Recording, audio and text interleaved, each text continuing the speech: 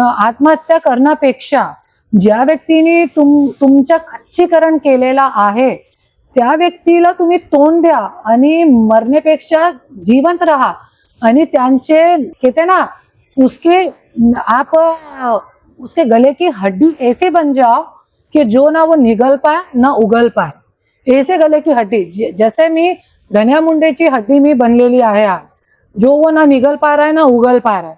नमस्कार, women's 24 channel मध्ये आपल्या सर्वांचे स्वागत आहे. आज आपण खास दबंग लेडीला भेटणार आहोत ज्यांचं नाव आहे करुणा धनंजय मुंडे. त्या स्वराज शक्ती सेनेच्या राष्ट्रीय अध्यक्ष आहे आणि बाकी नाव घेतल्यानंतर तर आपल्या सगळ्यांना माहितीच असेल की काय आहेत ताई. तर जाणून घेऊया आपण त्यांचा राजनीतिक प्रवास. ताई नमस्कार. आमच्या चॅनल मध्ये आपले खूप स्वागत आहे आणि आपण आम्हाला जो वेळ दिला आमच्या चॅनल करता आमच्या दर्शकांकरिता त्याबद्दल मी सुरुवातीलाच आपले आभार मानते. आता एक छोटासा परिचय, आता सगळ्यांना माहितीच आहे तुमच्याबद्दल, पण एक छोटासा परिचय आमच्या दर्शकांना तुम्ही द्यावा. मी करुणा धनंजय मुंडे. मी एक साधारण हाऊसवाईफ होती, पण लहानपणीपासून मी खूप दबंग आणि हुशार होती. पण एक स्त्री आपल्या स्वतःच्या अस्तित्व घरामध्ये किचन मध्ये ठेवून एक मुलाबाळांच्या आणि आपल्या नवऱ्याच्या अस्तित्व निर्माण करते. त्याच्यासाठी आज मी आपला अस्तित्व लपवून आज मी आपले नवऱ्याच्या आणि आपल्या मुलाबाळांच्या अस्तित्व निर्माण केला.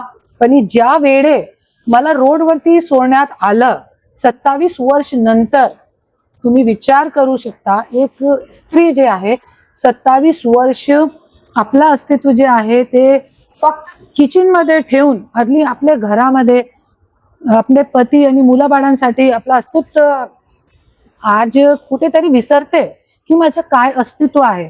आणि त्यानंतर 27 वर्ष नंतर जरी आपला नवरा आपल्याला रोडवरती सोडताय आपले 2 मुलाबाळासोबत, तो एक स्थिती, एक स्त्रीची, एक महिलाची काय अवस्था होऊ शकते, मानसिक, आर्थिक परिस्थिती, सगळी परिस्थिती. बरोबर.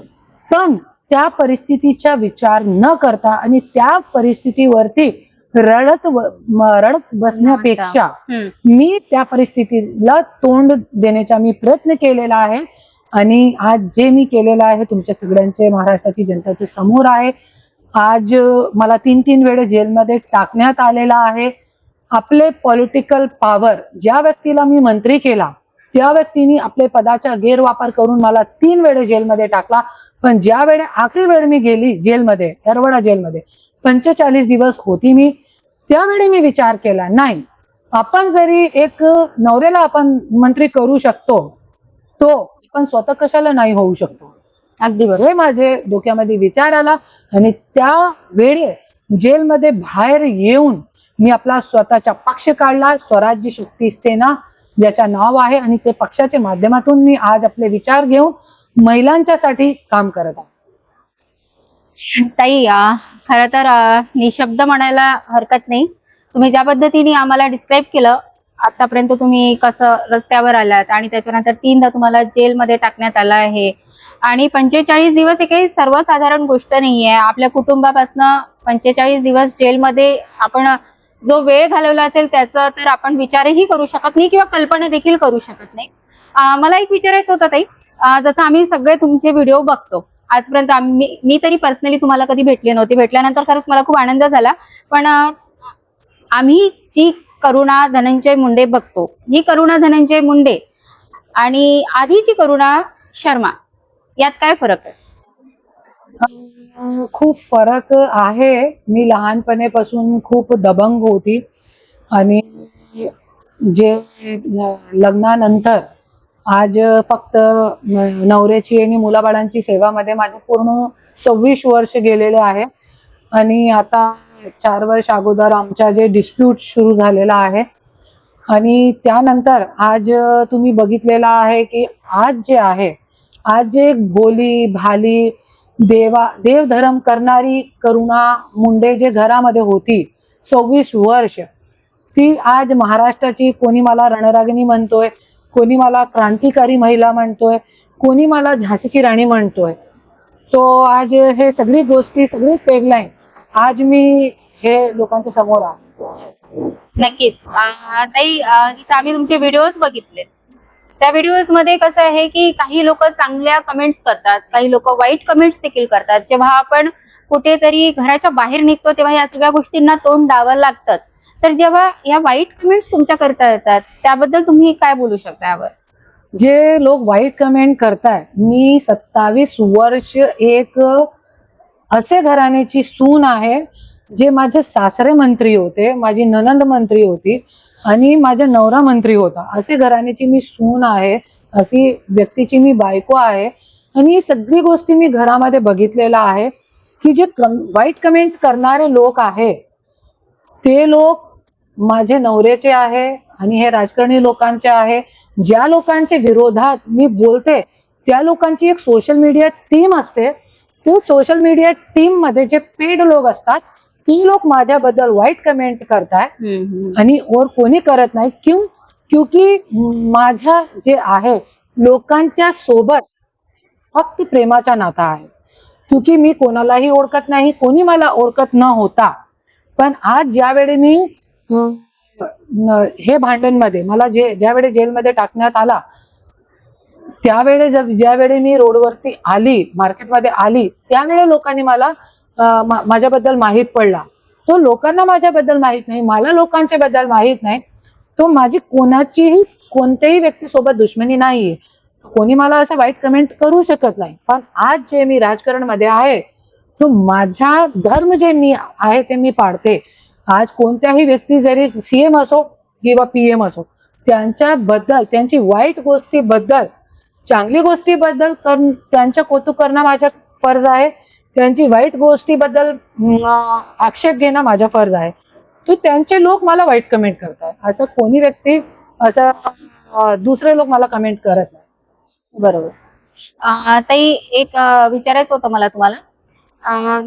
जसं की तुम्ही सांगितलं की जोपर्यंत म्हणजे तुमच्या बोलण्यातनं हे सगळं जाणवतंय, बऱ्याच आपण बाहेर पण ऐकतो की जोपर्यंत एक महिला घरामध्ये असते सगळं सहन करत असते, घरातले वाद घरात ठेवते, पण जेव्हा त्या सगळ्या गोष्टी असह्य होतात आणि त्या बाहेर पडतात तेव्हा त्या महिलेला समाजातनं हिणवलं जातं. अशा अनेक महिला समाजामध्ये आहेत ज्या ह्या सगळ्या गोष्टींना तोंड देत आहे, फेस करतायत आणि त्या नाईलाजाने कुठेतरी आत्महत्या करतात किंवा डिप्रेशन मध्ये जातात किंवा आणखी दुसरा कुठला तरी मार्ग घेतात. तर अशा महिलांसाठी तुम्ही काय सांगू इच्छिता? अशा महिलांसाठी मी हेच सांगू इच्छिते की तुम्ही आत्महत्या करण्यापेक्षा ज्या व्यक्तीने तुमचं खच्चीकरण केलेलं आहे त्या व्यक्तीला तुम्ही तोंड द्या आणि मरण्यापेक्षा जिवंत राहा आणि त्यांचे कहते ना उसके आप उसके गले की हड्डी ऐसे बन जाओ कि जो ना वो निगल पाए ना उगल पाए. ऐसे गले की हड्डी, जैसे मी धन्या मुंडेची हड्डी मी बनलेली आहे आज, जो वो ना निगल पा रहा है ना उगल पा रहा है. तो वैसे आप हड्डी बन जाओ उस आदमी के गले की जिसने ज्या व्यक्तीने तुमचं जीवन उद्ध्वस्त केला, असंच त्या व्यक्तीची गलेची हड्डी तुम्ही बनून त्याचं जीवन उद्ध्वस्त करा. क्योंकि आज एक स्त्री जी आहे, अगोदरी आपल्या भारतामध्ये महिला कमीच आहे, महिलाची जी संख्या आहे ती कमीच आहे. आणि आज मी पण असा विचार केला होता आणि मी 2 वेळा मी आत्महत्या करणार होती. पण माझे समोर आहे ना माझी आई आली की माझी आईने आत्महत्या केली होती. आणि मला या गोष्टीचा त्रास इतकी आहे की आज पण 15-1 वर्ष झालेले आहे, तरी पण मी आज आपली आईला माफ करू शकली नाही.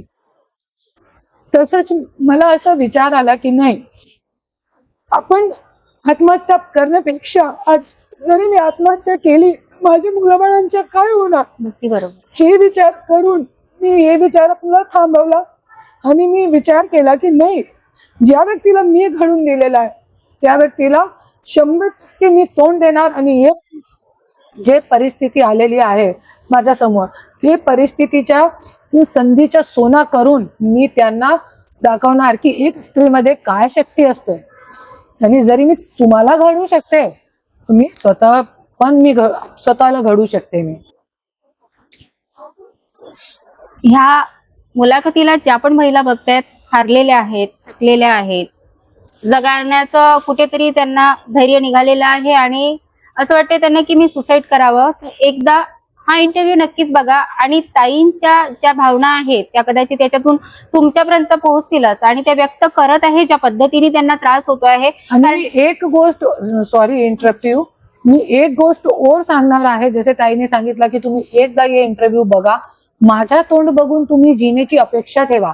माझी आज एक व्यक्तीमुळे माझी आई वारली, माझी बहिणीचा खच्चीकरण झाला आणि फक्त मला 3 वेळा जेलमध्ये टाकण्यात आला. माझ्यासोबत वाल्मिक कराड सारखे गुंडेंनी मारहाण केली आणि माझी जे लहान बहिणी आहे त्यांच्यासोबत बलात्कार झाला आणि त्यानंतर तिला पण जेलमध्ये 2 महिने ठेवण्यात आलं. तरी पण माझे मुलगा मुलगी पण उचलून गेले होते. तरी पण मी आज स्वतःच्या जे आहे मी खच्चीकरण होऊ दिला नाही.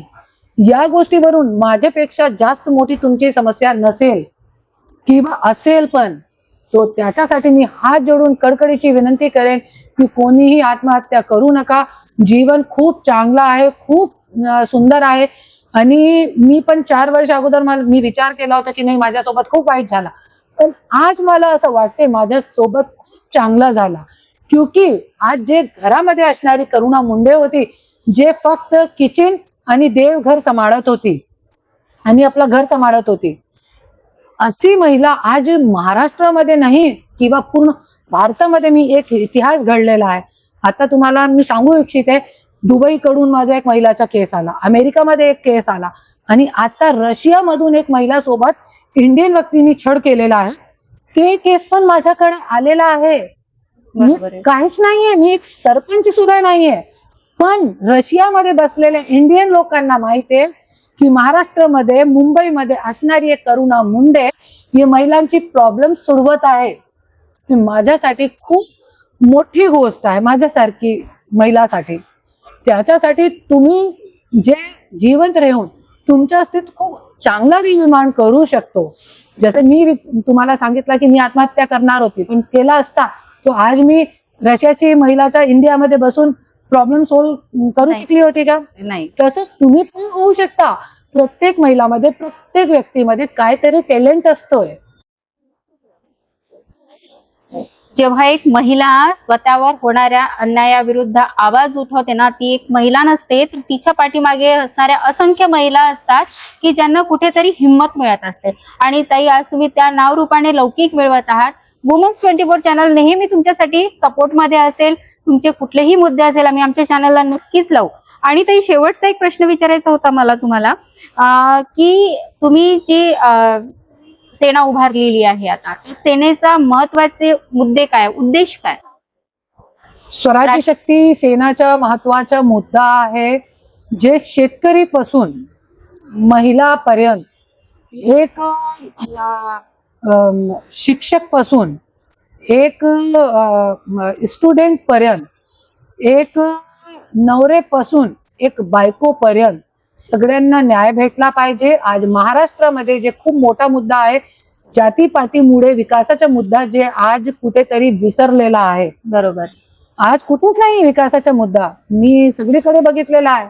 शेतकरी की बात असो किंवा स्टुडंटची गोष्टी असो, बेरोजगारीचा मुद्दा असो, महिलांच्या सशक्तीकरणचा मुद्दा असो, महिलांच्या सक्षमीकरणचा मुद्दा असो, महिलांची जे मॅरिटल लाईफ आहे, जे मॅरिटल लाईफ आहे ते गोष्टी असो, कुठेही न्याय भेटत नाही. आज खूप महिलांचे मुद्दे माझ्याकडे येतात, पोलीस अधिकाऱ्यांकडे जात आहे घरगुती मॅटर घेऊन. ते लोक सांगतायत घरगुती मॅटर आहे, पण ज्यावेळी माझ्या कॉल जात आहे, तुम्ही टेस्टिमोनियल व्हिडिओ सारे बघू शकता माझ्या इंस्टाग्रामवरती, ज्यावेळी माझा कॉल जात आहे त्यावेळी पोलीस अधिकारी काम करताय आणि कुठेतरी त्या महिलाच्या घर वाचताय. बरोबर. तो जरी माझा फोन गेल्यानंतर काम होतोय, तो स्वतः पोलीस अधिकारी किंवा शासन प्रशासन काम कशाला करत नाही. ही खूप मोठी गोष्ट आज आपल्या महाराष्ट्रामध्ये सुरू आहे. तर सगळी गोष्टीवरती स्वराज्य शक्ती सेना काम करत आहे. अगदी बरोबर. ताई आमच्या चॅनलकडनं तुमच्या स्वराज्य राष्ट्रीय सेनेला खूप खूप शुभेच्छा. आणि एक शेवटचे 3 प्रश्न मी तुम्हाला विचारू इच्छिते. तुमचा पसंदीदा व्यक्ती?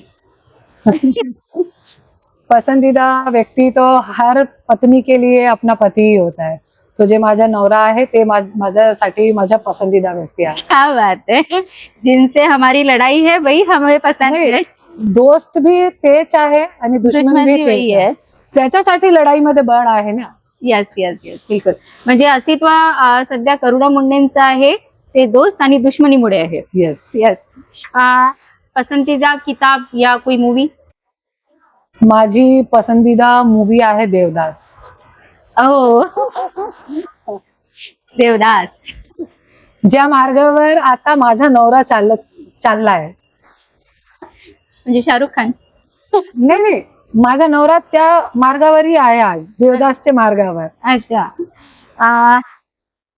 सफलता या संतोष, किसे चुनेंगी आप? सफलता. थँक्यू. तर आतापर्यंत आपण